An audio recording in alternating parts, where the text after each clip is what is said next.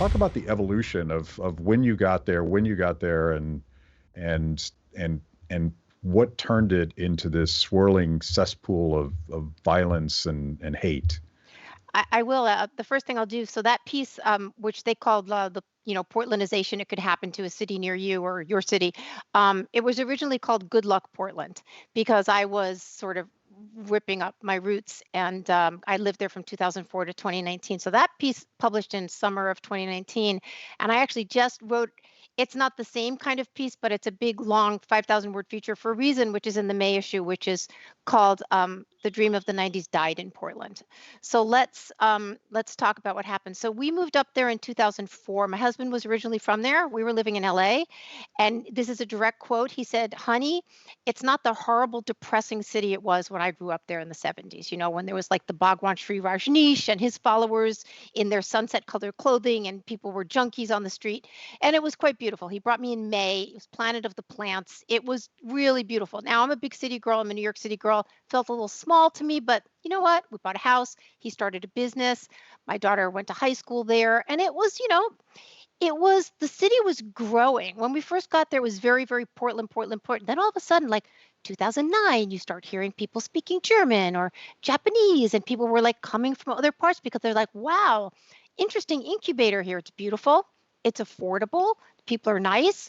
I can start a business for like a tenth of the price it would cost me in Chicago. So I'm going to do it. And it also has this it has this ethos like we're going to live green. It's a pretty progressive city, and I use that more in like the older fashioned sense of the world. It's very democratic, and this really spoke to a lot of young people. It's like, wow, I can go and create the world I want to live in. So a lot of young people came. So young people come, and a lot of them do really cool things. But what happens? Like you get a lot of big influx of people. Rents go up, not as many jobs.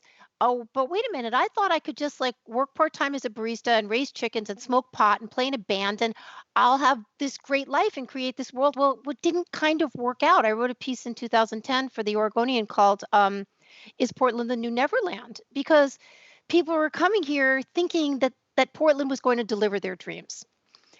Well, by about 2015, it was pretty evident that was not going to happen. And I think you had a lot of slightly disillusioned, somewhat bitter people that were looking to make a better world. And God damn it, what's standing in my way?